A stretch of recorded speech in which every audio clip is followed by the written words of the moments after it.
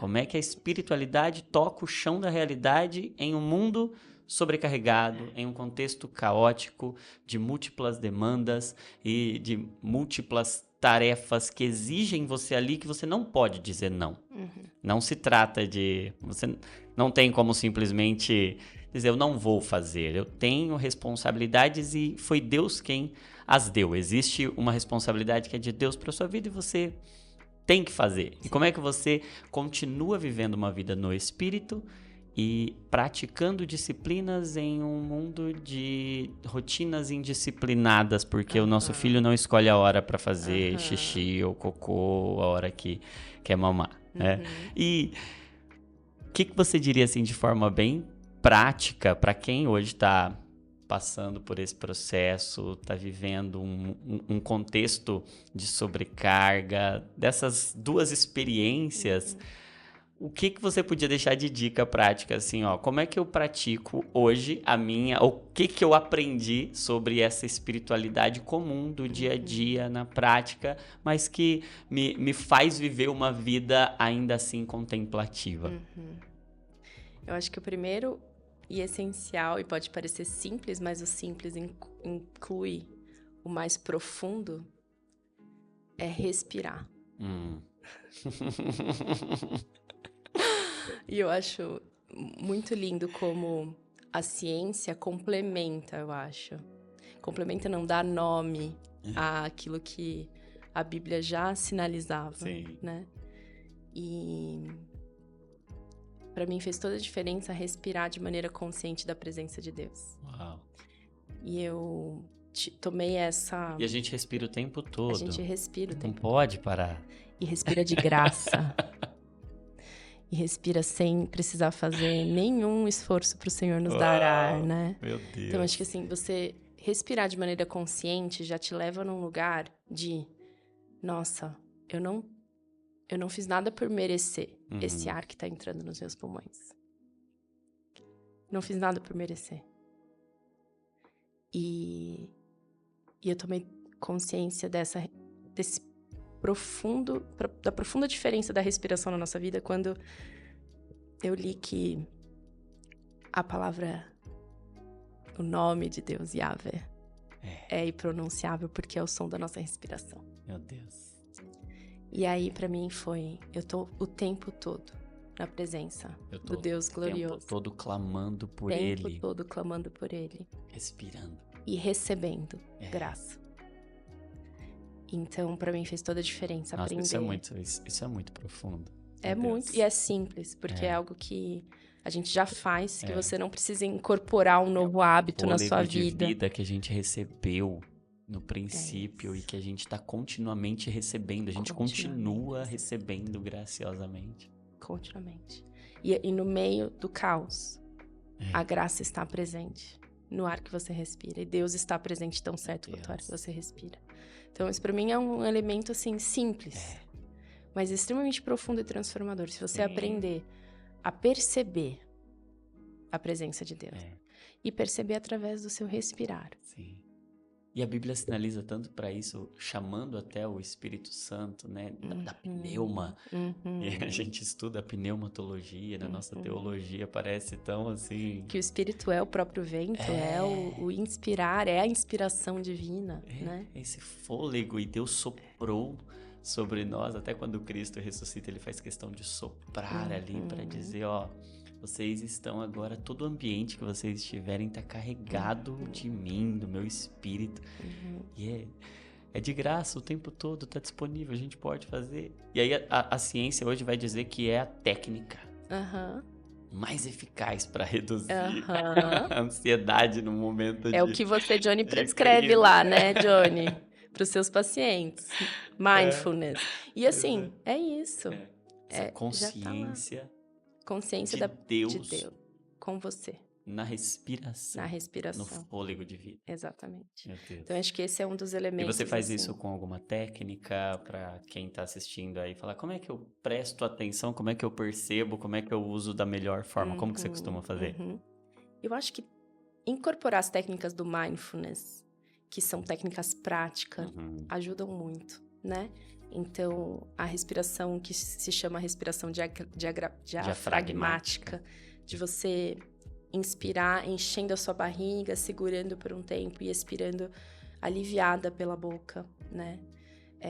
E incorporando outras técnicas de mindfulness, de percepção do seu corpo, do seu ambiente, né? Só que trazendo isso para um nível espiritual, entendendo que eu não estou só percebendo coisas.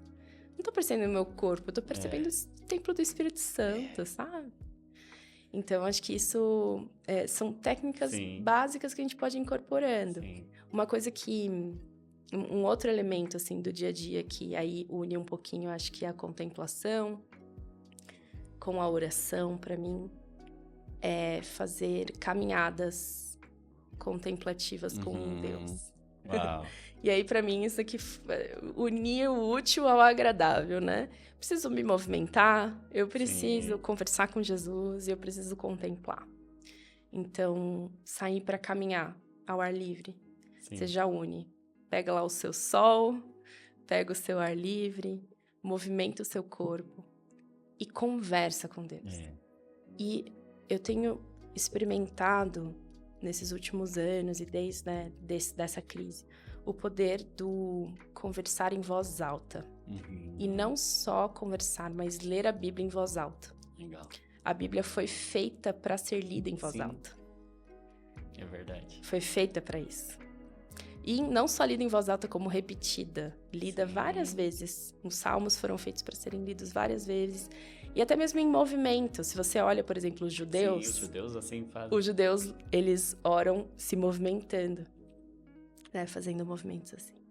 E a gente foi perdendo um pouco o nosso corpo dentro da nossa oração, né? Então, eu gosto muito de integrar o corpo nas minhas orações. Sim. Eu tenho uma oração que eu ensino para as minhas alunas, que é a oração de rendição.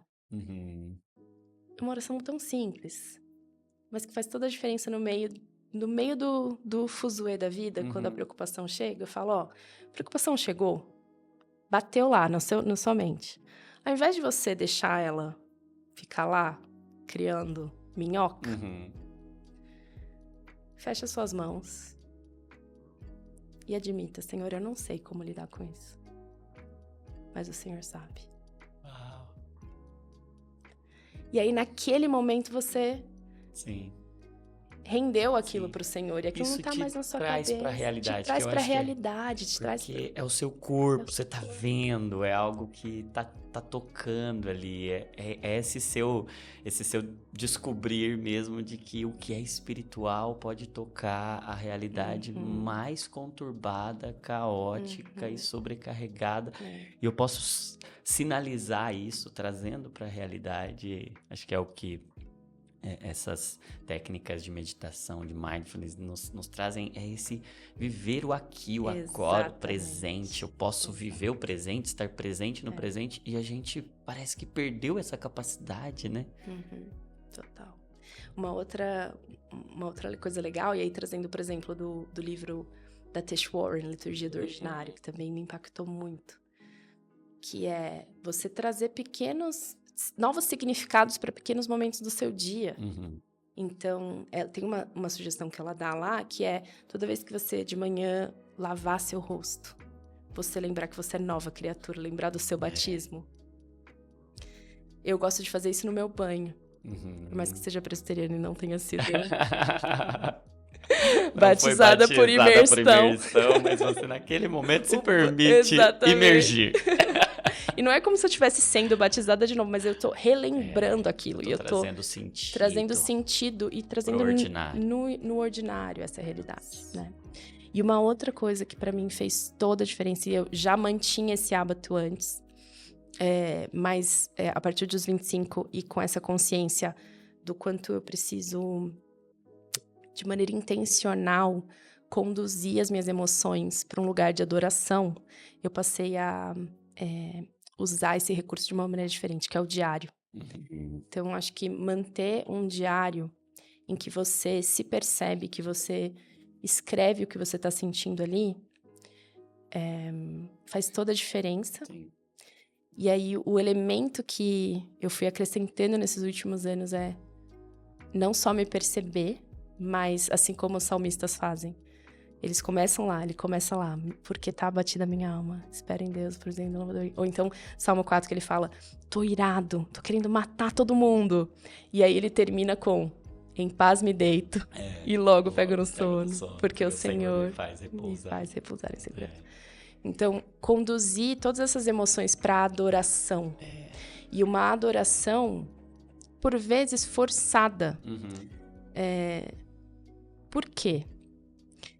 Se as nossas emoções estão corrompidas pelo pecado, se o nosso intelecto está corrompido pelo pecado, nossa vontade está corrompida pelo pecado, eu não vou sentir vontade.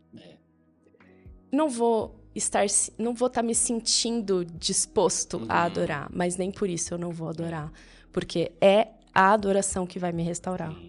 Então, eu me conduzo de maneira forçada e falo, agora, alma, eu vou te levar aqui pro trono.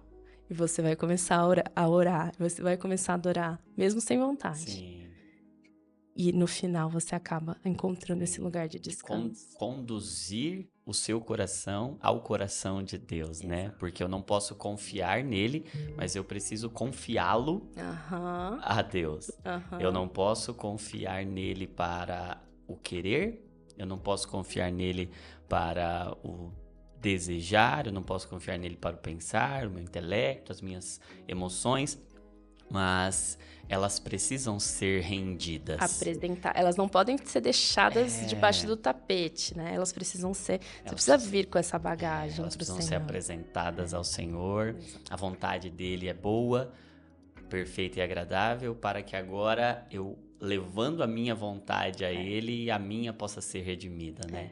Eu até digo aqui, né, virou um jargão meu, que toda emoção é um convite para oração. Né? Toda emoção pode nos levar a esse lugar de conhecimento do nosso coração para nos levar ao coração de Deus, a fazer esse encontro de corações. Sim. Eu acho que as emoções são conectores, né?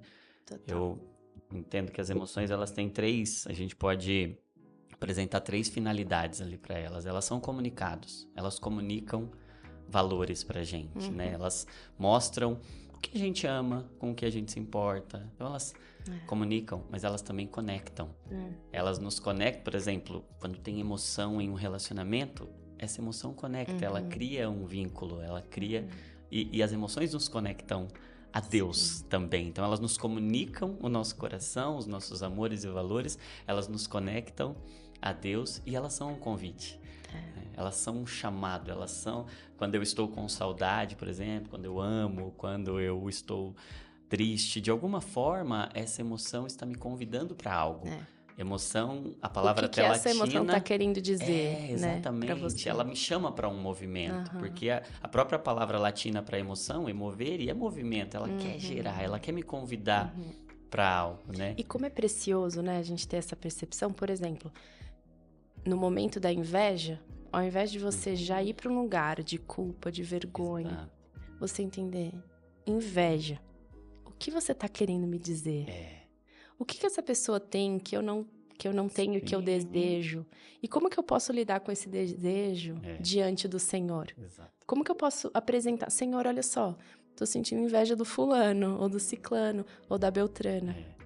Porque isso está acontecendo na vida deles. Sim. E eu gostaria que isso acontecesse na minha também. Então, você redimiu essa emoção da inveja. Alinhar o meu coração. Quero alinhar o meu coração ao seu. Os meus amores. Exato. O que eu tô amando que talvez não deva amar tanto quanto, ou que eu não estou amando e não deveria, o que eu estou amando e não deveria amar, o que eu não estou amando e deveria amar. Esse conhecer o coração, ele vem por meio das emoções, né? Eu chamo as emoções de ressonância dos amores, né? A gente pode conhecer e a gente despreza, é como uma semente que a gente tem tão preciosa que, bem semeada, bem cultivada, vai produzir muito fruto. O fruto do Espírito em nós, ele é o resultado de emoções semeadas aos pés de Jesus. Redimidas. Né?